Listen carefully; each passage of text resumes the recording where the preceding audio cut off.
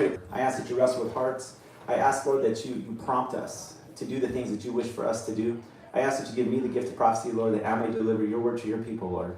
And I ask that you give every single one of us individually a message today, Lord, that we may take home and start on this week, Lord, because ultimately we know it's not what happens in the 30 to 45 minutes we're together here, Lord, but it's the seeds that you plant that, God willing, will produce fruit 30, 60, 90, and 100 fold, Lord. And I ask that we do all of this for your holy and precious name, Lord, to glorify you, to serve you, to love you, just to give back to you, Lord. The session of our saints from our tears, here's we pray thankfully with one voice saying, Our Father who art in heaven, hallowed be thy name. Thy kingdom come, thy will be done on earth as it is in heaven. Give us this day our daily bread. Forgive us our trespasses. We forgive those who trespass against us. Lead us not to temptation, but deliver us from evil. In Christ Jesus our Lord, that's the kingdom, the power, and the glory forever. All right. So here's a little aha moment. I was preparing this last night, and probably a little bit too late. But I was preparing our last meeting of 2018. So I think after this one, we're going to put this one in. And not only we all generous giving. Yes, we're wrapping it up. And I was kind of thinking about the year, and I know it sounds totally cliche, but am I the only one that feels that 2018 was like a blink of an eye? Like, I feel like it was just a couple months ago. Do you guys remember the first series we did this year? I know you guys probably don't, but I know that I did, and it was a turnaround series, which was the book that we read back in January, the very, very beginning of the year. And, and I know that whenever we start thinking about time in like a perspective of like a year, and I know that we're probably already starting to think about the things that we want for 2019, but I was reflecting a little bit over our last 2018, and I know that we all have buckets that we want to hit, right? Usually we all hope that, health-wise, that we're in better health. Not only usually, it does, on top of that, we want to make sure that the people around us, that everyone stays healthy, that we don't have losses, no serious illnesses. We also have like wealth, not health, but wealth goals. Usually you want to make a little bit more money, save a little bit more money. A lot of the times you talk about people, what are you looking for in this coming year? And they start talking about relationships that they have, maintaining them, investing in them, bettering them. And then I also, and I know it's not just me, but I know that we all have spiritual goals. Like every year we say like, man, like next year is going to be that year that I like really kind of commit and I kind of grow. And we start every year optimistic. We're going to have that talk in a couple of weeks at the beginning of 2019. But today I want to ask you guys, how did your 2018 commitment go? Right? Because I know that we all had hopes and dreams, and we all had stuff that we wanted to accomplish, and probably some things that we wanted to kind of sow in our lives. But did you accomplish what you wanted to in 2018? Some of us did. Probably more of us didn't. And while I was thinking about this last night, getting ready to prepare, the one verse that kind of hit me hard a couple of weeks ago when we were doing this thing is the same thing that's come to mind again and again and again. And it's more blessed to give than to receive. Acts 20:35. And it kept coming to mind because I thought, like, you know what? What if that's the missing piece? Right? Like we're doing our year, we're trying to do everything that we can, and we might be doing it, but maybe that's what we're missing because we may be more intent to say, hey, what do you want to do when you want to have a better spiritual life? We always get a lot of similar answers, right? Because there's some of them that are very easy. People say, I need to spend more time in the Bible. More time in quiet time, I need to be in God's Word, and I kind of neglect that, and I'm not growing there, so maybe that's what it is. Other people say that, you know what, I want my prayer life to develop. Like, that's where I'm missing it. Right? Other people say that, you know, I'm not attending on Sundays, as normally as I should, or maybe I need to go to a Bible study. I'll attend the adult meeting more on Sundays and some of this other stuff. But my thing is, I'm just asking, what if it's the missing link of Acts 20:35?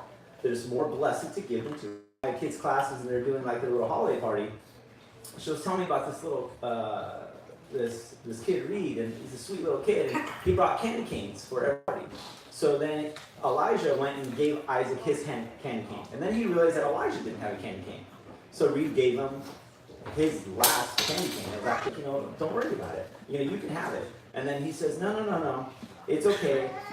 It's about what you give, not what you get. And I was like a 9-year-old little kid. saying but I was very, very humbled by the actions, of this little kid.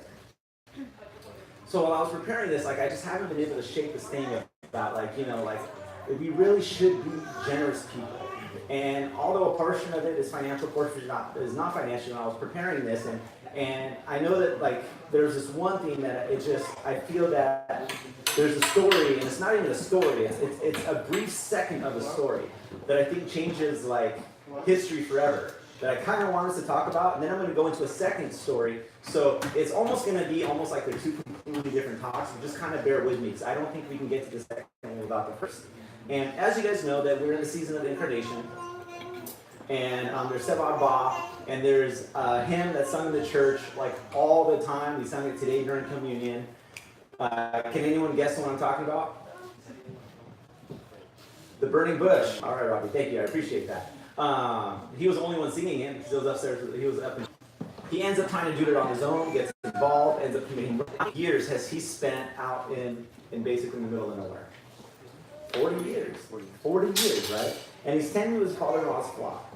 And it says, an angel of the Lord came to him and appeared to him in a bush. And he saw it, but was intrigued because he's on here, right? There's a bush that's on fire, but it's not being consumed, right? So he notices this. Now, for me, this is a game-changer verse. It's in Genesis 3:3. Moses said, I will now turn aside why the bush does not burn. And for when the Lord saw that he had turned aside to look, God called him from the midst of the bush and said, Moses, Moses. So Exodus 3 and 4, right? And we all know in the timeline of Moses' life, this is just a very, very small snapshot. But this snapshot changed everything for Moses. Because what happened is so important. Because Moses had told himself that I'm not going to turn around and see what's going on here with this weird bush. Nothing else would happen. That might have been the end of Moses' story. He might have been hanging out with flock, right? But God prompted Moses. God prompted Moses. Now, and I'll tell you that God, that's who God is. God prompts all of us. But Moses allowed himself to be prompted. Call me crazy, but I think that right there, that's a huge point. That single act of obedience, to basically say that, you know what, I know that like you now, but I'm going to, what was the exact wording? I will now turn aside and see this great sight. Right? That's where it all started. And he basically told him at that point, after Moses basically said that, you know what, I will allow myself to be distracted and give God my attention. That's when God him that anywhere I am is holy, including right here in the middle of nowhere. Take your shoes off, right? He basically sets the relationship. He basically says that I am holy and I deserve to be respected. He says, I am your God. And then he starts laying out the plans that he has for Moses. And he says that, you know what, I will deliver the people from Egypt through you. And these are great promises. And it floors me because at this point, how do you think Moses' self-esteem was? He probably felt that he was nothing. He probably felt that he ruined his life, that he wasted it all, that his prior decisions costed him everything, and that there was no hope for him. Right? But I wonder, and this is just me thinking outside the box, there's no biblical, thought behind this, but I wonder, is it because maybe God tried using him before, but he never accepted God's prompting? And I know it doesn't sound like a giving talk, but just trust me, right? Though what I like about this here is because did Moses give? Moses gave everything. When you look at his life, there was nothing that was off limits for God, right? And again, a lot of people think that God just wants their money, and I'm telling you, if that's what you think, it's not true. God wants everything. Every single bit of it. See? Because here, God wanted Moses' attention. Right? He wanted his attention. Just any story. God could have appeared to Moses in many different ways. And if you look throughout the pages of Scripture, you see that God shows up in some really, really big ways sometimes. right? You know, he could have shown up in a dream. He could have knocked him off his feet like he did to Saul on the way to Damascus. You know, a matter of fact, he even could have spoken to him through a donkey. Does anyone know the reference on that one? Who Balaam, right, in the Old Testament? So God, there's no shortage of ways, right? And I wonder, in our lives right now too, I wonder if God is trying to prompt us, scratches our heart. You know, he kind of pokes us a little bit, trying to get our attention, trying to get us to do certain things, right? But I wonder if a lot of the times we just miss it. We just miss it. Because when Moses came into contact with God, the thing that made this was he turned away from everything that he was doing. He gave God his sole attention. And he gave him everything after that, literally. And I wonder, do we live in a way where we are living too distracted for God? That we're chasing so many things that when God is trying to get our attention and he's kind of poking at us, he's trying to say, hey, Pete, I'm trying to get your attention. Hey, look over here, do this, do that, right? I'm so consumed with the other things that I'm doing, right? Because it started by Moses giving God his attention, but it ended with Moses. That's the first part. That's sermon 1A, right? Is the fact that for the next week, for the rest month, whatever, don't miss these opportunities that the Holy Spirit is prompting us. Because when God prompts us to do something, there's something great right on the other side of it. But we'll never get there if we don't respond. So are we missing God's promise? You know, the second story I kind of want to talk about is a story that was so good, it was mentioned in all 4 Gospels. It's a story of giving that is really, it floors me when I even kind of think about what happened here. And I think it's a common story. The first place it's mentioned is in Matthew 26. It takes place at Simon the leper's house. You know, do we all know Mary, the sister of all right. You guys like, you guys started to worry me there, but you guys came through it. So we all know the story where Mary walks into this party, right? It's at Simon the leper's house. And what does she walk in with? She walks in with this very costly alabaster flask. And she broke it. And she anoints Christ with that oil. And you look at the gospel accounts, some have less, some have more. But in all 4 of them, it's beautiful. It's right before Christ's crucifixion. It's done for his burial. And when I read the different accounts, like this is probably one of the most beautiful acts of giving in the Bible, in the gospel. And it's one of the reasons that I believe that it's so beautiful that all 4 gospel authors had to mention it, right? And I want you guys to listen, because in Luke 7:38 is where I'm going to read this one from. And she stood at his feet behind him, weeping. And she began to wash his feet with her tears and wiped them with her hair of her head. And she kissed his feet and anointed them with fragrant oil. Start thinking about just like the different aspects of what's going on right now, right? Where was she standing? Behind him. If he sees who's doing this. It's not to get the accolades from Christ. It's not to get the pat on the back. It's not even like, hey, Christ, I want you to know that I'm thanking you for what you did, right? It is purely just adoration. It was just an expression of her love towards him, right? Then you start getting into the washing with the tears, wiping with her hair, kissing with the feet, right? And this is the part that it's hard for me to even say this, because the way that when we read these characters, a lot of the times we forget that they have a story, right? Does anyone know what the Bible said about Mary, Lazarus' sister? It said she was a sinner. Now, in the Gospels, and we're referred to somebody as a sinner, what was her occupation? Typically. She's a prostitute. You know, and it's funny because I think a lot of the times we go back to the pages of Scripture and we read these awesome stories and we read about Mary sitting at the feet of Christ, right? And these are like spiritual giants for us, but we forget where they came from, right? So even me, when I'm sitting there just saying that, you know, the fact that, you know, she was a prostitute and everything that she once used for sin, right? You think about it. The tears, her eyes, the way that she would allure the men with it, right? The hair was a sign of a woman's glory back then, right? The same thing, the way that she would use it to attract the men over to her. You know, her kisses, what she used for sin.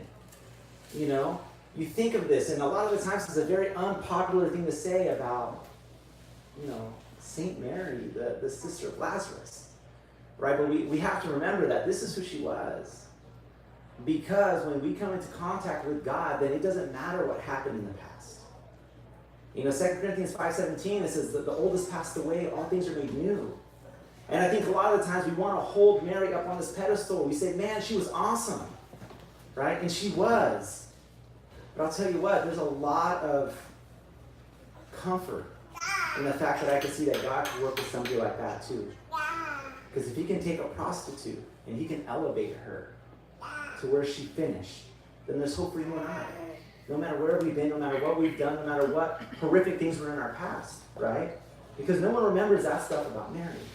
But I'll tell you what they do remember is they remember that everything that she used for a life of sin, now she used to glorify God. She gave it all to him. She was very generous with everything that she gave to him. And now they were used for him. And she's an amazing example of a generous giver. Because Mary was generous with her time, right? She showed up that night. She could have been doing anything that night. She probably had other things to do that night. But she showed up because, you know, everything that Christ had done for her in the past, and there's a long list. You know, she was a prostitute. She resurrected her brother. All of these things prompted her that she needed to do something. She needed to generously give back something to God, right? She showed up. And when you read the account of what she did, you can tell that this act of love towards Christ, did it sound rushed to you? I imagine what it was probably like there, right? And the way that it happened, you can just imagine how probably at the time it was so scandalous, right? It made everybody a little bit uncomfortable on what was happening. But it wasn't rushed. She took her time. Can you imagine how many tears it takes to wash somebody's feet? It's not a quick one, right? All the emotions. You know, this was not something where she was just checking it off of the list. I can imagine when she was washing her feet, she cried until there were no more tears to cry, right? I imagine it took a while. I imagine the emotion. Christ just resurrected her brother. The emotions that were tied in with that, right? So I'm going to ask you, how was your time with God? On two levels. There's one, how much time do you spend in his presence? Whether it be at his feet, in his word, right? Or how much time do you spend serving him? I was very encouraged, and me, Mike, and Tom, we were just talking about this, that we had that service event at Christ the Good Shepherd yesterday, and it was phenomenal, and it was encouraging to see, and God bless us, but it's like we have more servants there than we have people who need to be served. And that's a great thing, because what it shows is it shows a congregation, a church, that has a heart to give, a heart to serve, a heart to love on people, right? And we need to keep that up. Mark and I have a challenge we're going to roll out in 2019, but we're going to save that right now. But it's going to come about hours of service and what we want to commit to as a church, and to really kind of challenge ourselves right now. And we need to give God more than just a couple hours on our Sunday. And we cannot be stingy with our time, but I imagine that, guys, we need to be generous with our time as well. You know, Mary was also generous with her attention. You know, it's funny, I started thinking about what that really meant and how much we are very deprived of that these days. Because how many times have you been somewhere but you really haven't been somewhere? Right? I realize that a lot at work. So at work, I prefer to do all of my one-on-ones and I do my direct reports. I prefer to do them all over the phone. You want to know why? So I can do other stuff. Right? So I have somebody sitting there talking to me about, you know, this deal or that deal, and I'm like, either I'm on my phone, I'm surfing the net, I'm kind of doing whatever, but it's really convicting because we get so distracted even if we are somewhere, right? And if we were very honest, our cell phones have made it 1,000 times worse. Even if I'm having a face-to-face conversation with somebody and I hear a ding from my phone, all I'm thinking about, who could that be? I wonder what they're telling me. I wonder what's going on. I wonder what that email says. You know? And it's hard. See, because not only was Mary generous with her time, she was also generous with her attention. the attention that's described in the washing and the wiping, you know that she's 100% present in the moment. She's not giving anyone else that attention. It is all hers. She is physically and mentally present. It's not enough just to give time. It's not. Because we have to give time, but we need to give our attention as well. Because how many times, and myself included, especially if I'm standing in the back of the church, if I get here late for the liturgy, how many times are we here, but we are not here? Right? We're very distracted. Our mind's going off to a million different places. How often are you reading your Bible and you read something and then like 6 seconds later you don't even remember what you read? Right? Because we're there, but we're not really there. So the challenge is, let's not just run through routines, but let's really do our best to be dialed in so we don't miss anything. Here's something. Mary was generous with her reputation. She was generous with her reputation. How much do you care what people think about you? Do you care how other people perceive you? Because honestly, I do. Right? Constantly, I don't think it's just me, but I look for other people's approvals. I wish that I didn't care, but in reality, I know that I do. But Mary didn't. Or she did, but I'm going to tell you something, because she knew that the house that she was going to, Simon the leper's house, she knew what she was going to find there, because it says in it that there were Pharisees there. And I'm sure when she rolled up, she knew what they were going to be thinking about her. She knew that they were going to hate on her, and they did. In verse 39, it says, "Now when the Pharisee who had invited him saw this, he spoke to himself, saying, 'This man, if he were a prophet, he would know who and of what manner this woman who was touching him, for she is a sinner.'" Ouch. Ouch. Right? Not even fit to touch him? He might have known some things about Mary. But I'll tell you, he didn't know a whole lot about Christ. Because when it came to Christ, there's a beautiful thing. Who did Christ like to be around? The lepers, the prostitutes, tax collectors, sinners. How did he feel about a woman who was bleeding for 12 years? Did he let her touch her? Yeah. He let anyone touch her. Right? Everybody was allowed to touch her. And I wonder, was it the fact that Mary, is it that she just didn't care what people were saying about her? It's human nature. She had to have cared. I can't imagine somebody who just blatantly wouldn't care. Right?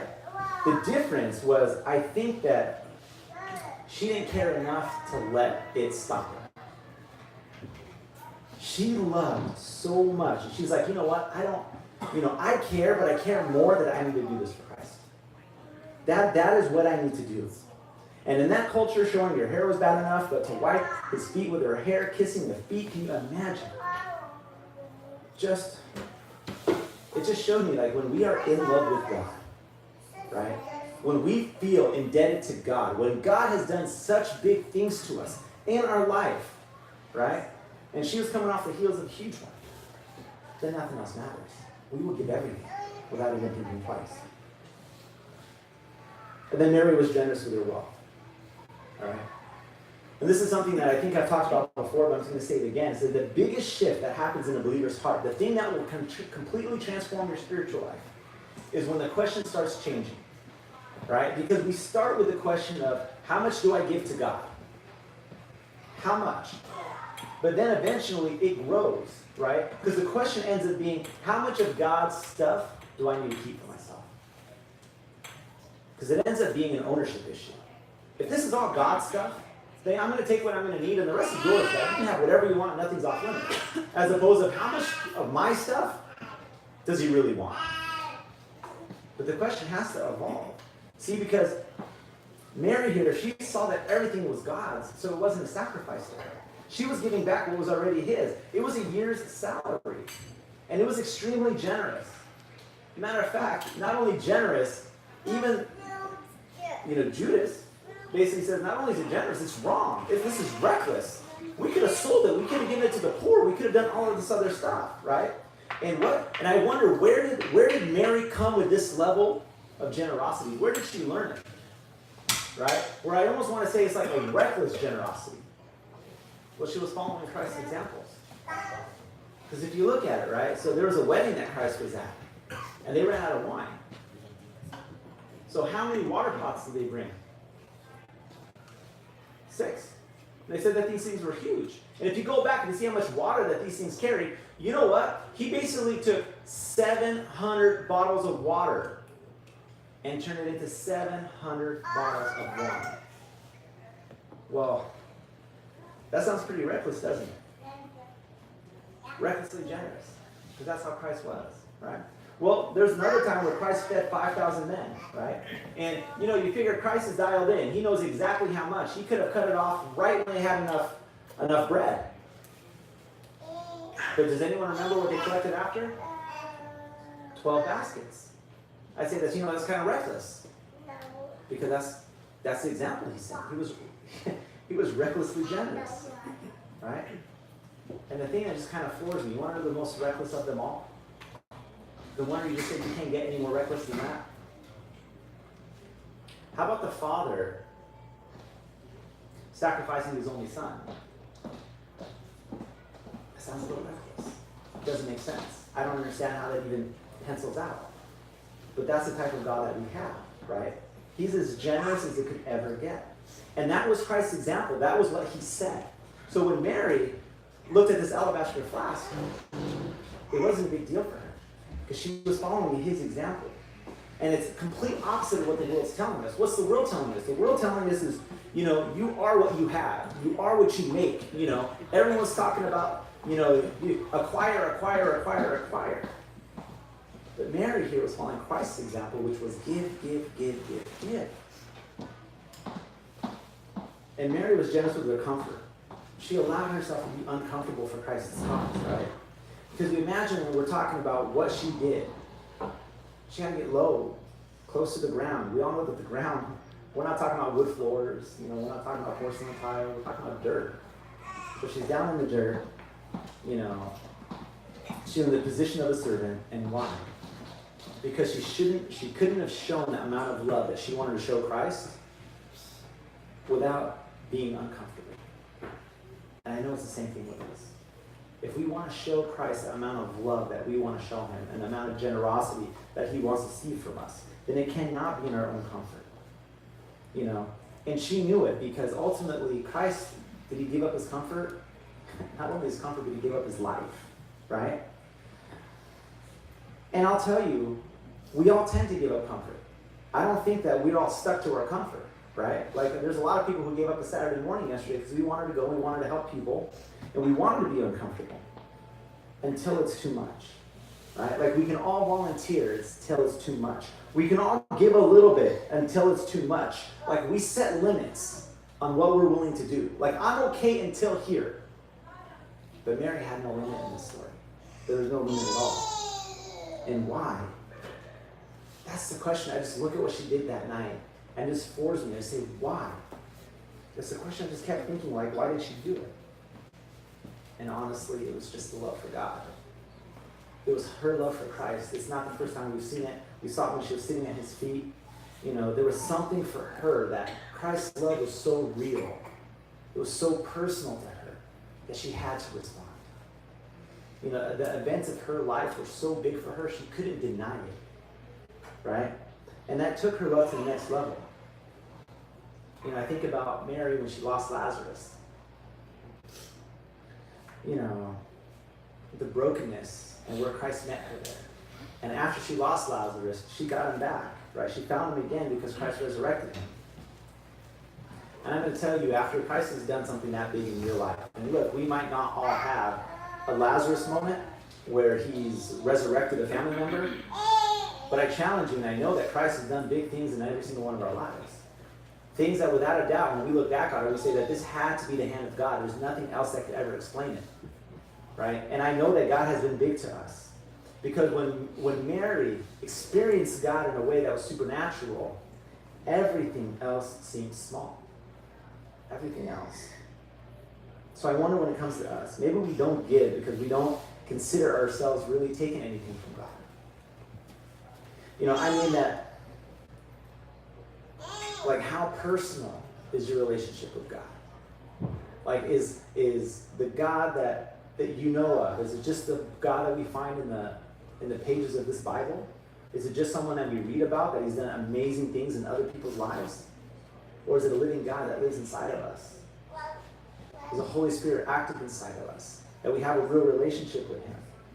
Because I'll tell you, if it's not real, then I think I found the problem. At least we know where to start. And we can figure that out, right? And we need to pray for that. That if your God's not real to you, and if you don't think that we have a living God that's living inside of us, that's living inside this church, that's active, then we need to figure that out. And I ask that you get guidance there. You know, that you seek to figure out, what are you missing here? Because God is real, and he is active. And if you're not seeing it, there's this great example where people always say, I'm searching for God. I'm searching for God. I'm searching for God. And they almost make it seem like God is the one that's lost, and we're looking for him. Do you think that's the equation? No. We are lost. And God spends all hours of the day and all hours of the night seeking us. So I really love these two characters, and I was thinking about it last night while I was preparing. And I asked, like, the first thing I was praying last night was like, God, let me be like Moses. You know, let me be that when I'm going through life and you need to get my attention, and that when you prompt me to help, you prompt me to give, you prompt me to interact, whatever it may be, I pray that God would allow me just to realize it, to turn aside. And then when God talks, that I listen. Not only listen, because sometimes we're really good listeners, but also listeners and doers.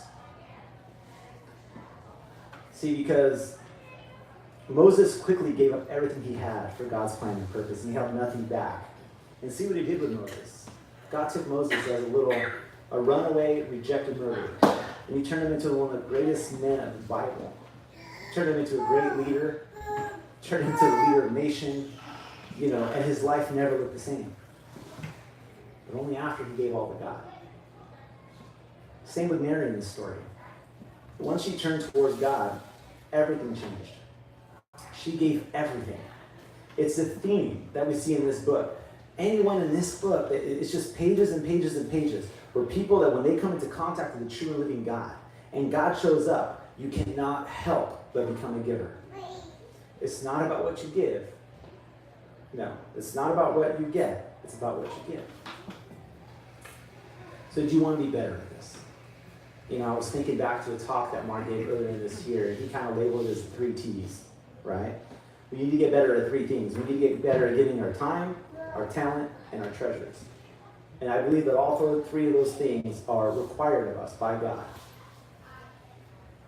And I want us all to be givers here. As a church, I want us to unite and to be a church of givers and to reap the benefit of it, because I know that when we give, God shows up. And this is a much bigger group than we had last week, but I'm just going to, you know, for you guys that weren't here last week, because God kind of put something on my heart, and I'm just going to kind of share it real quick. Forgive me if you heard this last week, but I really felt this thing where I want us to come together as a church on 12:30, right? Because one of the major things that when we came together as a church, there were certain core things that we wanted to do, right? So we knew that, you know, we wanted to be about family. We wanted to be about community. We wanted to be about the kids. We wanted to be generous. We want all of these things. And I figured that 12:30 is a perfect day for that. We're going to celebrate the liturgy together. This is a great thing to do every Sunday morning, right? After that, we're going to do a kids program. We're going to have all our kids sing the cheesy songs that we all love, and we all take a bunch of pictures of. Some people take video and you never watch it again. So we're going to do that again next Sunday. After that, we're going to have a community meal. We're all get together in fellowship, because that was one of the things that we decided was really, really important for this church. We don't want to be a church of people just walking in, walking out, and ships passing, right? We want to have relationships. And the other thing, and this was kind of my thing, and I think that it should be an offering day. And the offering day, and I talked a little bit about this, I'm going to keep it really, really short, but I think that offering is something that's personal. I think it's something that needs to be led in the family. And I shared a story where, well, actually, I'll say that story for a second. But, and I think that it's a day that husbands and wives need to get on the same page and basically say, you know what, God's going to give to us. And I want to do an offering. And people get together, and last week I talked about the person, the widow, who put in basically 1/16 of a denarii. So it's not about the size of an offering. That's really, God couldn't care less about the size of an offering. But what he cares about is the heart that offers it. And I was encouraging husbands and wives to get together and to pray about this. And that we can plant these seeds of being giving families. that we can get together all on 12:30. We're not going to do anything big about it. The boxes are going to be what the boxes always are, but I encourage everyone to write a check that day and put it in a box and make it a family thing. And this is a story I was going to share, but I remember like 2 weeks ago, just randomly, one of my kids walked up to me. They said, "Dad, I got money for my allowance and gifts and this and that. How much do I give to God?" And I basically said, "Hold that thought, because in a couple of weeks we're going to pray about this as a family." Right? Because we teach our kids their relationship with money. That's something on us as parents. We teach it to them.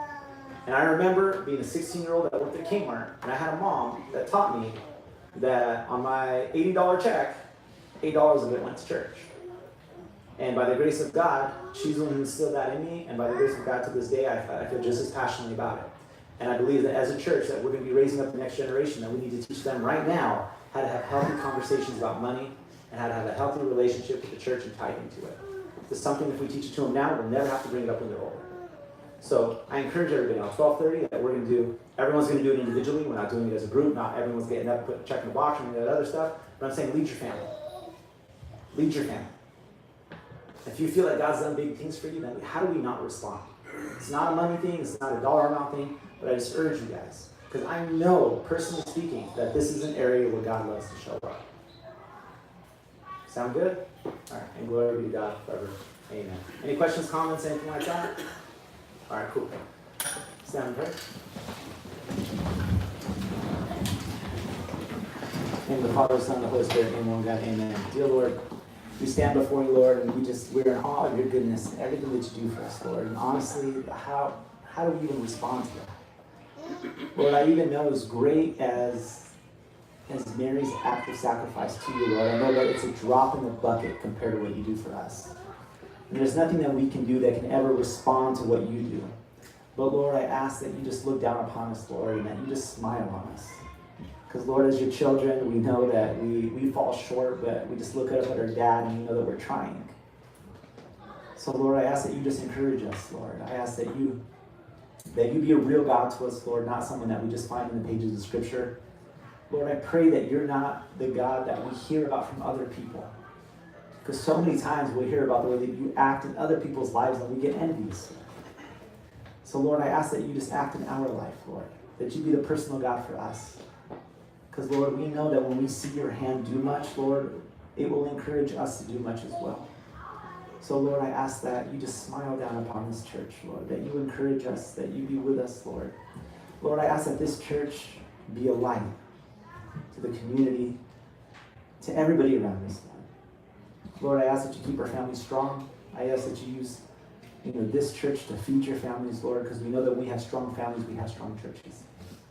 And Lord, if there's anything else that needs to be addressed, I ask that you just address it.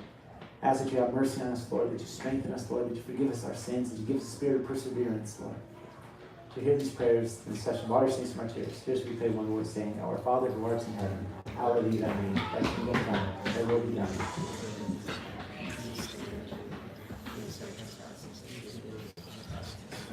He's not.